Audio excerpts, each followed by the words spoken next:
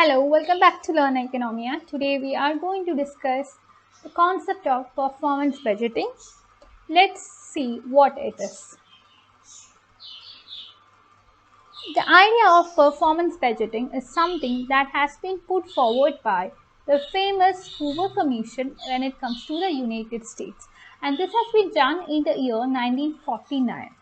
When it comes to the concept of performance budgeting, we could see that this would be establishing a correlation between the physical aspects and the financial aspects of the economy.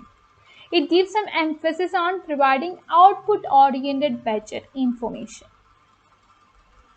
So, with a long-range perspective to manage resources very efficiently, performance budgeting would be taking its role in the economy. And through performance budgeting, it is believed that we can allocate the available resources in the most effective and efficient manner so as to attain and achieve specific objectives. So this is based on program goals, and also it is based on something called the measured results. So here programs are subjected to test of actual performance against their expected standards. Let's consider more about performance budgeting. Here, what is the role of performance budgeting in India? Why do we need it?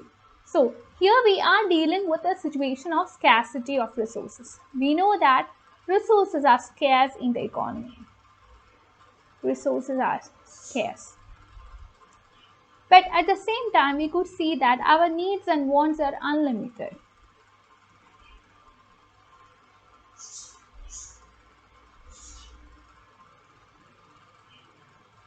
So, in such a scenario, when we do have our needs and wants are unlimited and the resources are scarce, what can be the way that should be taken by a developing economy so as to allocate the given resources or the available resources in such a way to satisfy as much as needs as wants as possible with maximum efficiency. Also, we have to think about a situation of our population. In India, we are a huge population. With respect to the population, we are number one in the world. At the same time, India faces many challenges. So many problems are there in India. So we do have a large number of people living under poverty. India is not free from malnutrition. Also, we could have much of inequality in our economy. So, in such a scenario, by keeping these into consideration, by taking these into consideration, these problems, and also the scarce resources and the unlimited wants and needs into consideration, we have to allocate our given resources in such a way as to attain maximum efficiency in allocation of resources with minimum wastage. So this is what we want: maximum efficiency with minimum wastage. So this requires an efficient execution.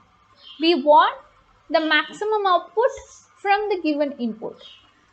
So when it comes to performance budgeting, we could understand that this is something that ensures accountability, and also it allows for monitoring and evaluation of our perspectives and also our actions. For the very same reason, India can go for performance budgeting, and this is something that would be helping India to attain development. Now, moving to the merits of performance budgeting, we could see that this is something based on results. It is result oriented. That means it is based on results. So, this gives emphasis to results. It gives importance to results rather than considering the means as important.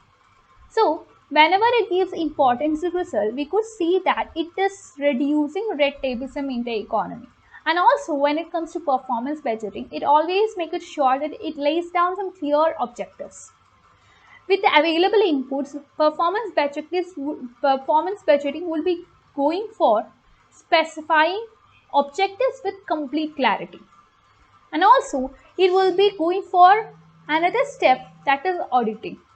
So when it comes to objectives, when this is put for auditing, the implementation, execution, and also the performance, progress, etc.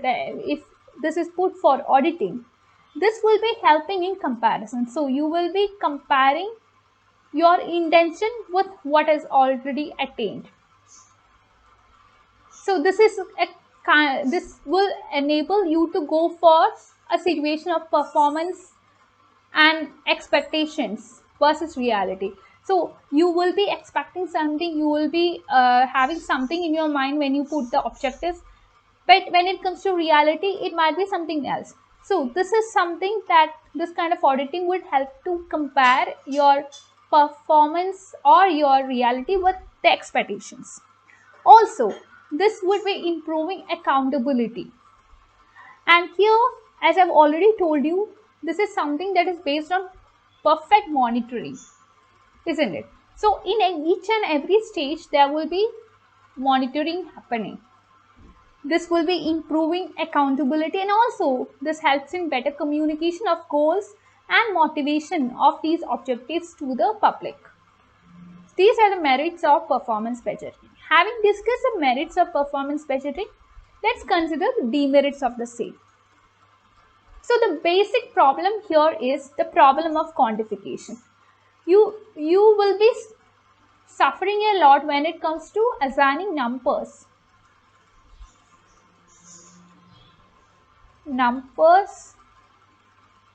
to social goals. So it might be something easy to rank things, but that is not something like giving a numerical value to a particular thing, giving a numerical price or cost or benefit, or expressing these price and cost and benefit in terms of numerical terms is very, very difficult when it comes to social goals. So whenever you have a benefit, especially a social benefit, it might be something that is difficult for you to attach a numerical value to that. The next problem is with the problem of multiplicity of objectives. As I've told you already, you will be having so many needs and wants in the economy. So with the limited resources, you are there to attain. You are on a run to attain maximum objectives. So whenever you take this into consideration, it is very much difficult to define the objective of every program with complete clarity. And that is another demerit with performance budgeting. Also, this performance budgeting involves so many complex and expensive methods and criteria. There would be a rise in administrative costs when you go for performance budgeting. And also, you require a lot of data and a lot of planning to make a policy by going for a performance budgeting. So that is all about the demerits part of performance budgeting. So we have covered a lot of things regarding performance budgeting. Thank you for watching, and that's the end of today's session. I request you to like, share and subscribe this channel for more videos. And you can be a part of my Telegram community. I'll be providing the link of that in the description box. By being a part of the community, you will be able to discuss your doubts there. And also, I request you to download the Learn Oikonomia app. For that also, I'll be providing the link of the very same in the description box. That's it for today. Thank you for watching, and kindly consider the channel for liking, sharing and subscribing.